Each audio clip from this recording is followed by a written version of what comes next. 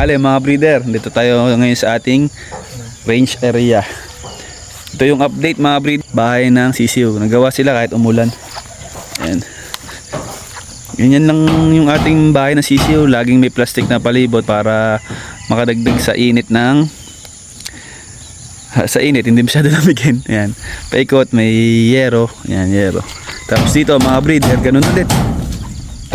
Meron ditong lagay ng plastic at ipa. Dito wala pa tong hapunan, lalagyan pa. Ayan. Dito lupa lang to mga breeder. Okay na yan. Ayan. 100 pieces yung mapapalagay dito guys. Ito lalagyan na lang to ng pinto. Tapos ayan, bubong dyan mga breeder. Ayan, bubong dyan. Ayan mga breeder, ganitong tag-ulan ang pinakamahirap sa isang breeder. Talagang umulan. Pag araw-araw umuulan, hindi naman pwedeng hindi patutokay ng sisiw. Basa din ang breeder. Kung ilang araw na ulan, ganun din, basa lagi. Kaya yung kapote ko binigay ko kay Tatang kasi siya yung mas madalas na nandito. Saka yung bota. Bali bibili ulit tayo ng kapote at bota para naman sa atin kasi syempre pagka nagtag-ulan na talaga mahirap kumilos, baka magkasakit tayo. Yan, may dalali tayo saging. Papamerienda tayo. Bali nagbigay nga pala si Tatang dito ng Premoxil. Gawa ng 2 days na umuulan. Bigay tayo ng antibiotic para maagapan kung magkakasakit man, maagapan.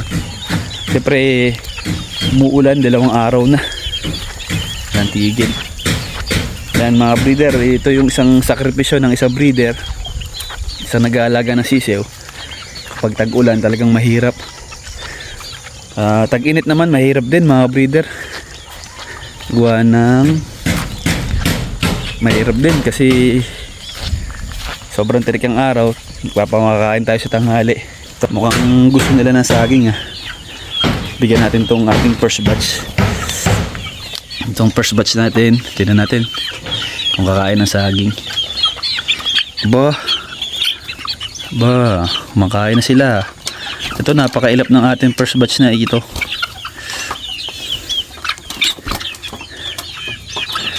Ayan.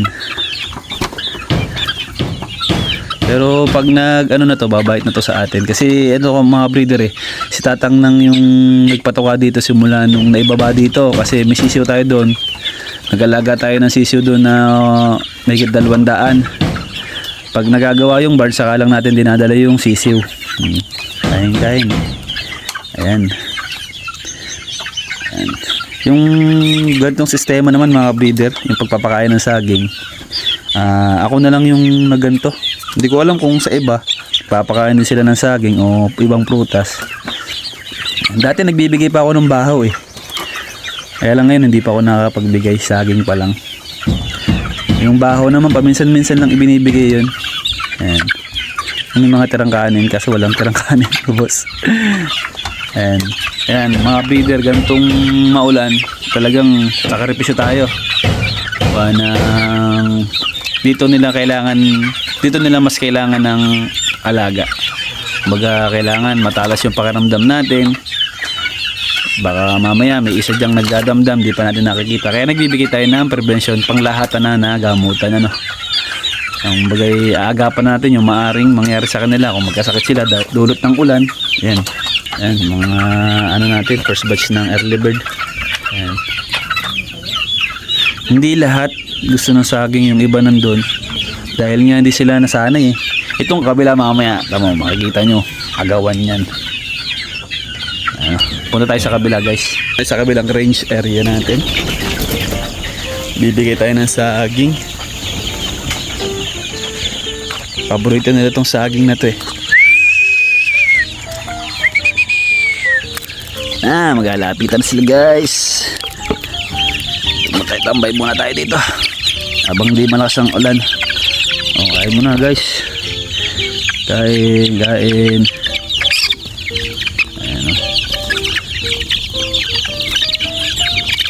Nakaka-relax to guys. Alam nyo ba mga breeder na yung malusog at masiglang alaga ay nakaka-relax sa nag-aalaga, pati rin sa may-ari breeder. Pag pupunta ka dito, makikita mo yung alaga mo malusog, masigla, ay ang sarap sa pakiramdam. Nakakawala ng isipin, mga problema. Ayan.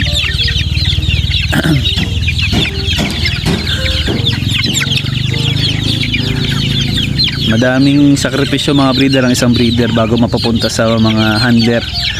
Kaya napaka-importante din na may maayos kayong breeder. Hindi lang magaling na gapper, hindi lang magaling na, na handler ang kailangan nyo. Kailangan nyo na magaling na breeder, yung mag-aalaga ng sisiw ninyo. Ganyan mga breeder.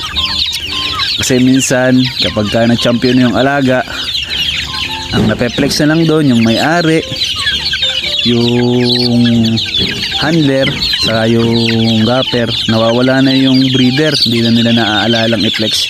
Kaya ako pagka nananalo yung alaga ko, lahat yan pinasasalamatan natin, mula sa breeder, sa nag-aalaga ng sisiw, sa gapper, sa nagtatari, saka sa handler. Lahat yan breeder, hindi naman mabubuo yung champion kung sa umpisa pa lang mali na yung ginagawa ng breeder. Kaya kailangan magtugma yun, maayos na breeder, maayos na handler, maayos na gapper. Kapag maayos lahat, swerte na lang yung ating aantayin, at kung ibibigay at kung para sa atin, maradalo natin ano. Mga ganitong, pag ganito yung alagaan nyo guys, nakakawala ng problema. Nagbigay tayo dito ng prevention mga breeder, yung Premoxil powder. Yan, nakatikim na sila ng antibiotic ngayon. Pero nakapag-prevention naman tayo bago natin ibaba. Ayan. Ayan. Yung iba natangay yung saging. Oh. Yan ha. Patatlong araw na may vlog tayo. Zoom nga natin to guys. Tingnan natin. Mapupula talaga tong batch na to. Kahit naman yung first batch natin. Yung mga hatch, given na ang mata nila kakaiba. Yung talagang mapupula, yung matatapang ang mata nila. Yung mga straight breed na golden boy, hindi sila ganun kapupula kasi wala pa silang halong hatch. Yan. Pero namumula-mula din naman sila pagka nagtagal. Napakasarap guys. Kanina ang lakas ng ulan, kaya bumili muna tayo ng mga pako ulit saka kawat kasi kinulang. Wala na palang didos. Tapos pilili tayo ng kawat kasi kulang yung nabili natin kahapon. Gastos ulit. Wala, ganun talaga mga breeder. Wala naman libre ngayon eh. Lahat may bayad. Ultimo isa-isa may bayad dyan. So, yan. Ay, mga breeder, golden boy natin oh. Golden boy, mga Gilmore. Ayan. Sanay na sanay sila sa saging. Yung iba may tangi-tangi na saging. Hindi sila hagisan natin yung iba kasi hindi lumalapit.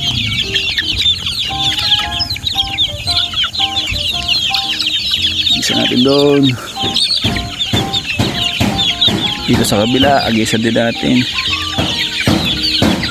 Dito sa may dulo bigyan din natin sila. Ayan lang, nakaka-relax itong mga ganitong bagay. Kaya yung mga OFW na nanonood sa atin, tuwan-tuwa sila pagka nakikita yung video ko na ganito. Medyo nagmumuni-muni tayo sa manukan natin kasi talaga naman nakaka-relax eh. Kumbaga naaalala nila yung ginagawa nila nung nasa Pilipinas pa sila. Ay, ngayon kasi pag OFW puro trabaho kayo dyan, para sa pamilya naman yun eh, sa pangarap no. Nga pala mga breeder, yung mama at papa ko OFW din sila, matagal na panahon. Kaya hanga talaga ako sa mga OFW. Kasi mga breeder noong panahon yun, wala pang cellphone masyado. Nagsusulatan pa kami ng mama noon. Kaya pag may tanong ako sa kanya, bawa kamusta ka na ma? Siguro okay ka lang. Ngayon, sinasagot ko na rin agad yung tanong ko. Bata pa ako noon, nagsusulatan kami noon. Tapos ngayon naman, madali na, may cellphone na, video call na. Ayan. Pero iba pa rin yung pagod ng isang OFW talaga kasi malayo sa pamilya. Pag nagkasakit siya, din yung nagpapagaling sa sarili niya. Kaya totoo yung sinasabi ng marami, yan, bayani talaga mga breeder kasi yung napapaganda nila yung buhay ng pamilya nila dito. Ayan. Meron nga lang din siyempre, merong hindi swerte, minsan nasisira yung pamilya dahil sa tukso. Pero kung karamihan naman nagiging maayos diba? Ayan. tuka lang kayo guys. At magpalusog kayo habang nasa breeder kayo. Sa akin ay talagang masarap ang buhay nyo. Kailangan nyo magpalakas mga sisiw. Kasi ang buong susunod na kabanata ninyo ay talagang nasa labanan na kayo. Yun lang mga breeder, ito yung ating munting update at konting kwentuhan. Salamat sa panonood at pag-iintay kay JM Game Farm. Ayan nyo mga breeder, kapag banda-banda dyan, pag maraming off-season, baka magbili tayo ng off-season, magparapol tayo sa mga solid subscriber natin. Katulad ng ginagawa natin dati. Yung namimigay tayo ng isang tandang, ilang inahin. Marami din naman tayo nabigyan, merong sa iba-ibang lugar. Sagutin nyo na lang yung shipping pagka nanalo kayo sa raffle natin, yung sa pamimigay natin guys. Ayan mga brother, paano? Hanggang dito na lang at ako'y magpapatawali. Ang ganda guys, nag-aagawan sila sa saging. Meron natin kaso wala ngayon yung balinghoy, yung kamuting kahoy. Gusto rin nila yon, kaya lang dapat konti-konti lang kasi baka mapanis baga. Yung baka makita nyo nasa isang sulok na lang, panis na pala, natuka ulit. Konti-konti lang yan. Tapos yung malunggay, ayun guys, paano? Nalakas na uli yung ulan, papalapit na uli yung ulan. Bye bye.